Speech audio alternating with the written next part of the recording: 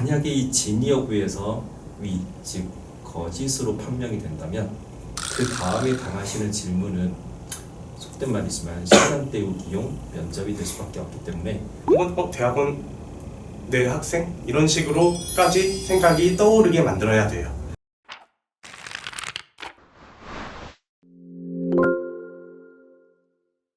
지금부터는 면접에 관련된 부분을 제가 해보도록 하겠습니다.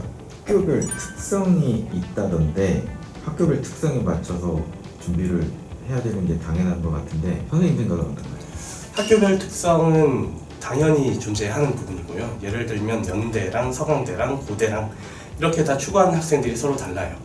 그런데 일단 면접 같은 경우에는 1차적으로 이 학생이 이 학교의 인재상에 어느 정도는 맞아 떨어졌다는 것을 의미하고요. 그때부터는 더 중요한 게 무엇이냐, 이 학생이 이 과에 들어가면 결국에는 이제 이 과 교수님들이랑 그리고 입학사정관, 이 면접관으로 나서기 때문에, 그렇기 때문에 이 학생이 이 학과에 들어가면 어떻게 적응을 해 나갈 것인가, 아니면 또 어떻게 공부를 해 나갈 것인가에 대한 학과 적합성을 저는 일단 면접에서는 강조를 하는 편이고요.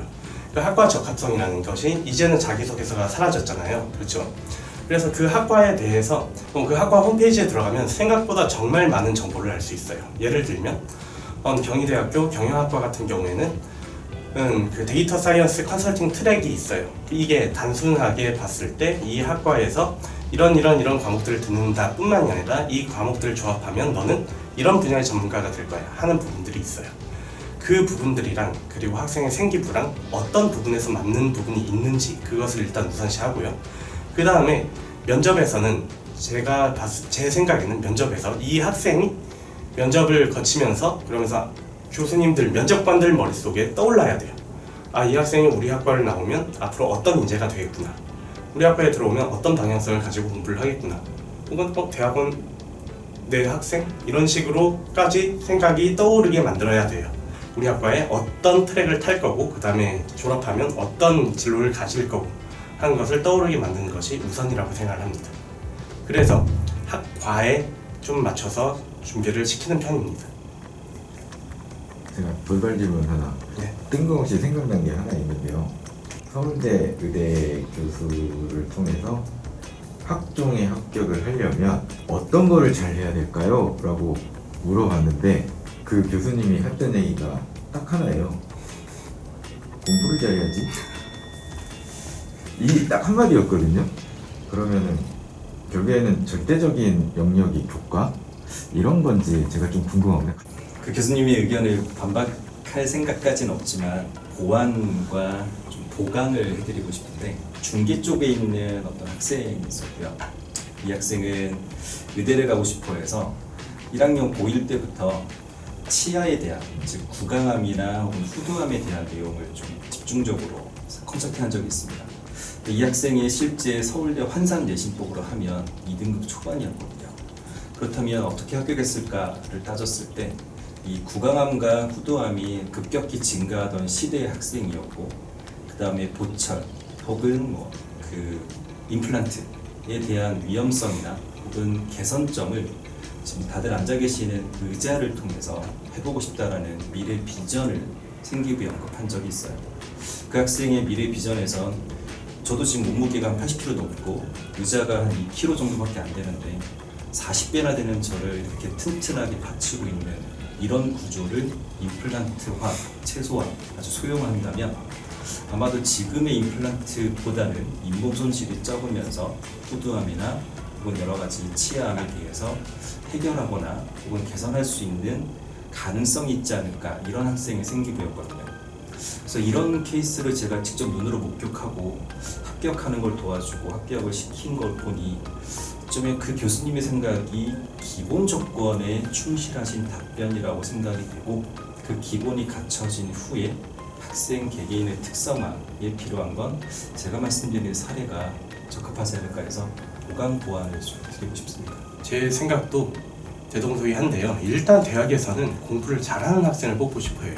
근데 그거에 덧붙여가지고 공부를 잘하는 학생들이 당연히 지원을 하겠죠. 서울대 의대 같은 경우에는 대놓고 모토가 의과학자를 만든다가 모토가 되어 있어요.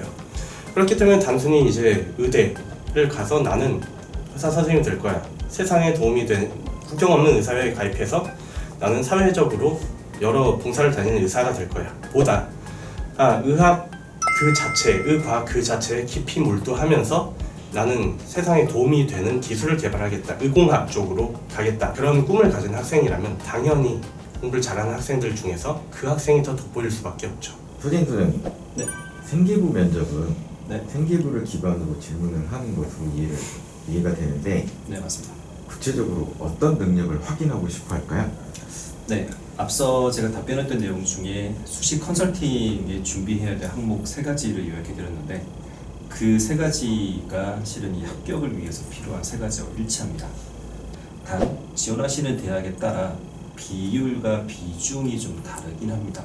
또 인서울이어도 중하위권 대학이라면 전공에 대한 역량에 대한 비중은 좀 높진 않고요. 그 다음에 상위권 대학으로 갈수록 전공에 대한 역량을 좀 많이 차지합니다. 아무래도 상위권일수록 성적에 교과 우수에 대한 차이가 별로 없다 보니 그런데요. 교과에 대한 우수성은 자기 주도성을 되게 높게 평가합니다.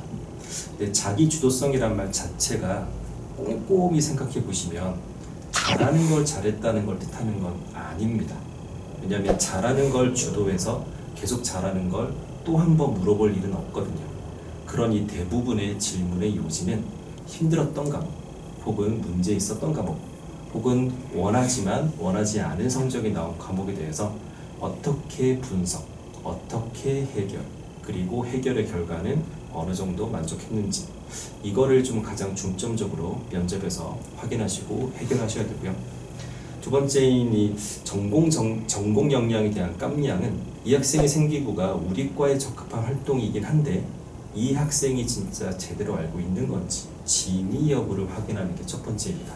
쓰이는 어휘나 혹은 어조 혹은 눈맞춤 심지어는 제스처의 부자연스러움까지도 보다면 이건 학생이 했던 활동인가 또 이건 학생이 진짜 이뤄낸 자기 주도적인 학업 성적인가 혹은 다른 사람이 줬는데 불안해하는가 이런 게 파악되니 만약에 이 진위 여부에서 위, 즉 거짓으로 판명이 된다면 그 다음에 당하시는 질문은 속된 말이지만 시간 때우기용 면접이 될 수밖에 없기 때문에 본인이 참여하고 본인이 기록한 활동은 책임감 있게 진에 가깝게 준비하시는 게 이 첫 번째고요. 그 다음에는 그때 활동에 대해서 즉 시작과 중간과 끝에 본인의 역할이 진짜가 됐다면 그때마다 어떤 일을 했는지를 구체적으로 물어봅니다. 그럴 때마다 꼭 답변의 마지막 부분은 이 과를 위해서 제가 이런 활동했다라는 뉘앙스가 전달되게 하는 게 가장 중요합니다. 그래야 전공적 합 성적에서 상을 받을 수 있기 때문입니다.